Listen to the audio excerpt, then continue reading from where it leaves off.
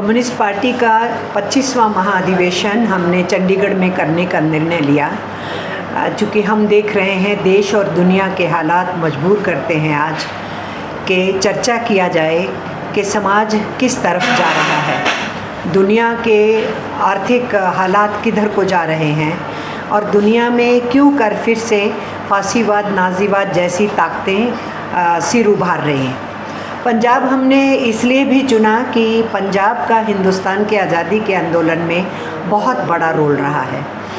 शुरू से ही गदरी मूवमेंट से लेकर के बाद में अंडरग्राउंड रेवोल्यूशनरी से लेकर के स्वतंत्रता संग्राम में जो भी बढ़ चढ़ कर के हिस्सा लिए, फांसियों का तख्ता चूमे, काला पानी की सजाएं सहे, लाठी गोली खाई, जलियांवाला बाग के कांड में इतने लोग शहीद हो गए। तो पंजाब का एक इतिहास रहा है आज़ादी के आंदोलन में। दूसरा, पंजाब की ये खूबी रही है कि जब अलगाववाद, वक्फवाद जिसको बोलते हैं, वो दौर चला पंजाब के अंदर, तो पंजाब से ही नारा उठा। एक ट्रेड यूनियन आंदोलन के नेता ने उस नारे को उभारा और फिर कम्युनिस्ट पार्टी के सब लोगों ने उस नारे को आगे बढ़ाया और वो ये था, ना हिंदू राज ना खालिस्तान, जुग जुग जिए हिंदुस्तान। मदन लाल दीदी ने वो नारा आगे रखा तो सतपाल डांग और बाकी सारे अन्य नेताओं ने उसको पॉपुलर किया, तो पूरे देश के अंदर कम्युनिस्टों के लिए ये नारा हो गया। तो पंजाब जैसी जगह के अंदर इतनी कुर्बानियों वाले प्रदेश में हम आए हैं क्योंकि कम्युनिस्ट पार्टी का हम 100 बरस भी मना रहे हैं। ये हमारे 26 दिसंबर को 100 बरस पूरे होने वाले हैं। तो ये स्वतः का अवलोकन करने की भी बात है कि हम अपने पार्टी संगठनों को किस तरीके से आगे लेकर के चलेंगे। आज दुनिया के पैमाने पे जो हो रहा है उसका तो चर्चा किया जाएगा, क्योंकि हम देख रहे हैं एक तरफ से जगह जगह पे युद्ध के हालात बने हुए हैं। 3 साल से तो रशिया और यूक्रेन की लड़ाई नहीं थमी है अभी तक, और अमेरिका और नाटो की ताकतें कंधे पे रख के, ज़ेलेंस्की के कंधे पे रख के यूक्रेन और रशिया की लड़ाई में पूरा थानेदार बने हुए हैं, मैं ये कहना चाहूँगी। इसी तरीके से नेतान्याहू के कंधों के ऊपर अमेरिका ने हाथ रखा हुआ है और वो लगातार गाज़ा पट्टी के अंदर पैलेस्टीनियन लोगों की नरसंहार में जुड़ा हुआ है और उनको वहाँ से नेस्तनाबूद करना चाहता है। और पैलेस्टीनियन का जो हक है अपना घर, अपना देश लेने का, उसको वो बिल्कुल ध्वस्त करना चाहता है। तो ये इन दुनिया के हालात में हम ये देख रहे हैं कि यूरोप के देशों ने भी अपने हथियारों के बजट को बढ़ा दिया है। अमेरिका ने 3 गुना कर दिया बजट को ट्रंप के जीतने के बाद, यूरोप ने बढ़ा दिया और देश बढ़ा रहे हैं। तो दुनिया को युद्धों की तरफ धकेला जा रहा है और कम्युनिस्ट हमेशा शांति की बात करते रहे हैं, निशस्त्रीकरण की बात करते रहे हैं। हथियारों पे पैसे मत खर्चो, जो भूखे हैं उनको निवाला दो, जिनको शिक्षा नहीं उनके लिए स्कूल खोलो, जिनको हायर एजुकेशन चाहिए उनको उसकी उपलब्धि करवाओ, जिनके सिर के ऊपर छत नहीं है उसका इंतज़ाम करो। नौजवान रोज़गार के लिए तरस रहे हैं, उनको रोज़गार उपलब्ध कराओ। फैक्ट्रियों की ज़रूरत है जो चीज़ों का निर्माण कर सकें और प्राकृतिक साधनों की खोज से जो निकले, उससे जो निर्मित हो, उससे लोगों की समस्याओं से पार पाया जा सके। हथियारों की होड़ से मानव सभ्यता का फ़ायदा नहीं, बर्बादी होती है। तो कम्युनिस्ट आंदोलन दुनिया के और देश के दोनों हालात को लिंक करते हुए इसकी चर्चा करेगा, क्योंकि हम ये देख रहे हैं हमारे देश की जो सरकार है वो भी ले दे के अमेरिकन प्रस्त सरकार है, मैं ये कहूँगी।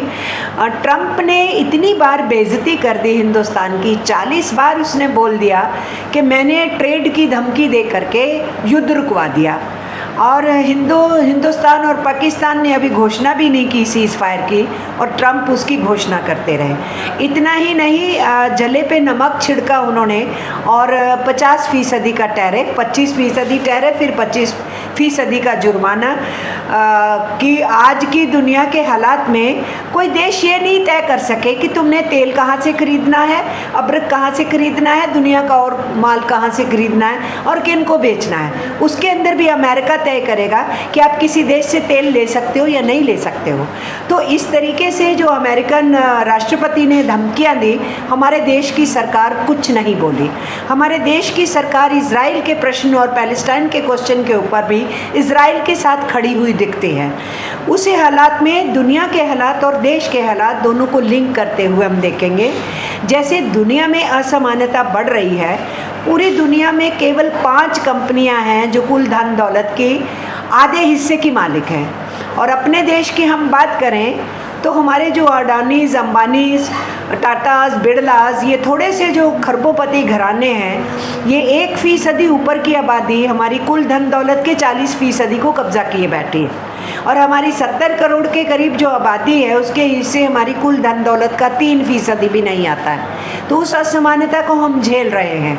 केवल किसानों की आत्महत्याएं जो अभी तक रुकी नहीं हैं, कम हुई हैं थोड़ी लेकिन रुकी नहीं हैं, लेकिन अब दिहाड़ीदार मजदूरों की आत्महत्याएं बढ़ गई हैं।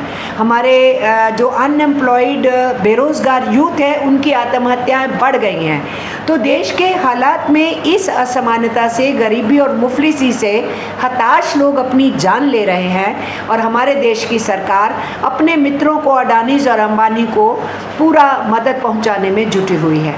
तो इन हालात के अंदर हम अपने देश में इन आर्थिक नीतियों का विरोध करते हुए इसमें परिवर्तन लाने की, उसका अल्टरनेटिव बताने की जो हम कोशिश करेंगे वो इसके अंदर परिचर्चा होगी।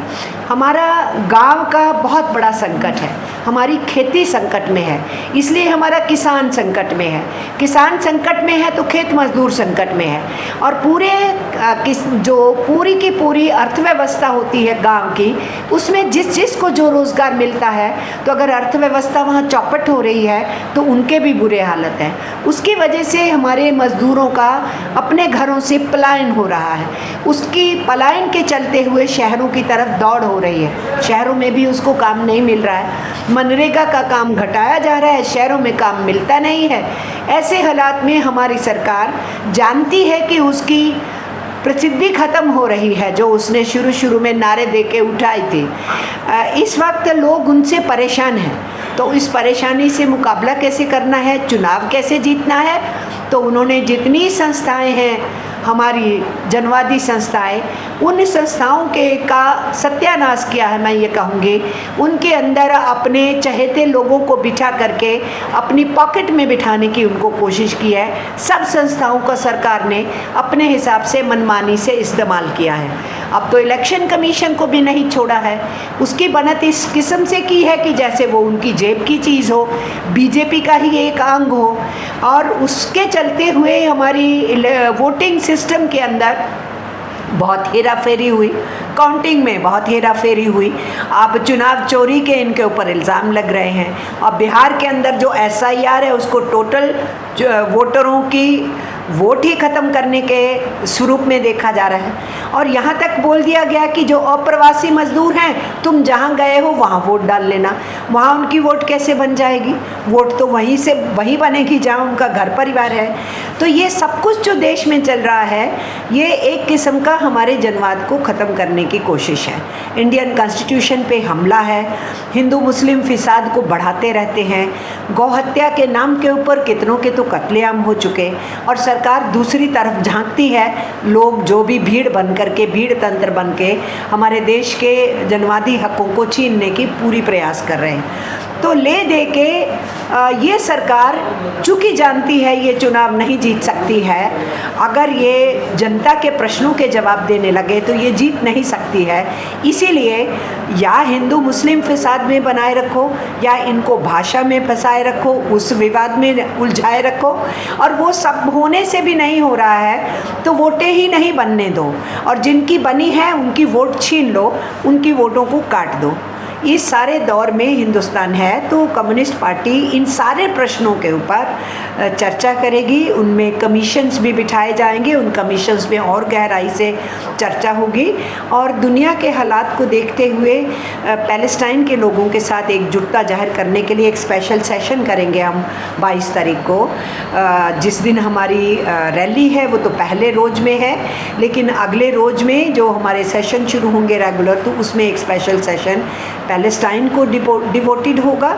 उसके साथ साथ क्यूबा के भी नुमाइंदे आएंगे, क्यूबा के साथ सॉलिडारिटी को, क्योंकि क्यूबा में 1959 में जब क्रांति हुआ उसके बाद से अमेरिका ने उनके ऊपर आर्थिक सैंक्शन लगाए हुए हैं। वो छोटा सा देश पूरी दुनिया में उदाहरण बन के उभरा कि हम मुफ्त शिक्षा देते हैं, पहली कक्षा से लेके हायर एजुकेशन तक हम हर एक के हाथ को काम दे पाते हैं, हमारे हर एक के सिर के ऊपर छत देते हैं, हम हर एक को इलाज मुहैया करवा पाते हैं, मुफ्त और बहुत सस्ता इलाज, और नहीं तो मुफ्त इलाज ज़्यादातर लोगों के लिए।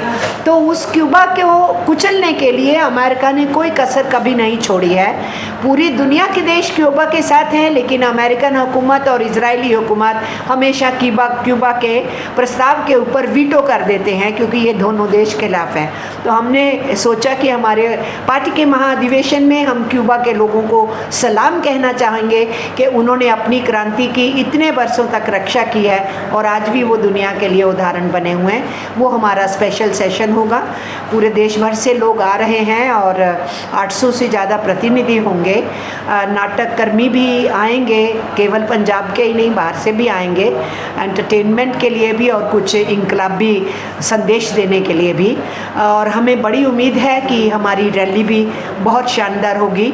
और मैं ये आशा करना चाहती हूँ कि पंजाब से, जो हमेशा कोलाटियों का प्रदेश रहा है, क्रांतिकारियों का प्रदेश रहा है, कुर्बानी देने वालों का प्रदेश रहा है, ये जलियांवाला बाग का प्रदेश है, तो फिर उस जलियांवाला बाग का बदला लेने वाले हिंदुस्तानियों का भी प्रदेश है। तो उसी हिसाब से यहाँ से प्रेरणा लेके हमारे डेलीगेट्स जाएंगे, तो कम्युनिस्ट पार्टी और उसके जन संगठनों को बढ़ाने की हिम्मत और सोच यहाँ से लेके जाएंगे। ये हम इस महासम्मेलन से आशा रख रहे हैं। सिर्फ जनता की एक बात कि हम बचपन में एक गीत सुनते थे साहिर लुधियानवी साहब का, जेलों के बिना जब दुनिया की सरकार चलाई जाएगी, जेलों के बिना जब दुनिया की सरकार चलाई जाएगी वो सुबह कभी तो आएगी। लेकिन वो सुबह नहीं आई। उसके बाद कुछ हमारे लीडर आए, हमारे सियासतदान, जिन्होंने अच्छे दिनों का सपना दिखाया, मगर वो सपना कभी पूरा नहीं हुआ। कब हम कम्युनिस्टों से उम्मीद कर सकती है क्या? ये उम्मीद कम्युनिस्टों से ही कर सकते हैं। कम्युनिस्टों ने हर बुरे हालात के अंदर कभी हिम्मत, कम्युनिस्टों ने और पार्टियों की तरह शॉर्टकट नहीं अपनाया है कि जातवाद पकड़ो, धर्मवाद पकड़ो, पैसा खर्चो, भ्रष्टाचार करो और वोटें ले लो। कम्युनिस्ट अपने सिद्धांत पे टिके रहे हैं, क्योंकि अगर इन साधनों के जरिए से आप कुर्सी पे आओगे तो फिर आप समाज को जैसा बनाना चाहते हो नहीं बना सकते हो, उसी रास्ते पे चलते रह सकते हो। तो कम्युनिस्ट पार्टियों वो माहौल बनाएगी इस तरह की सियासत। हम समझते हैं कि कम्युनिस्ट पार्टी का ये महासम्मेलन इस वातावरण को तैयार करेगा कि देश में बहुत गंदगी हो गई हर तरीके की।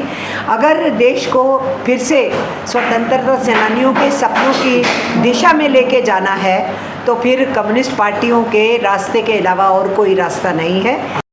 ताज़ा अपडेट्स व बड़ी खबरों के लिए जुड़े रहिए पंजाब स्क्रीन के साथ और बेल आइकन को दबाना ना भूलें।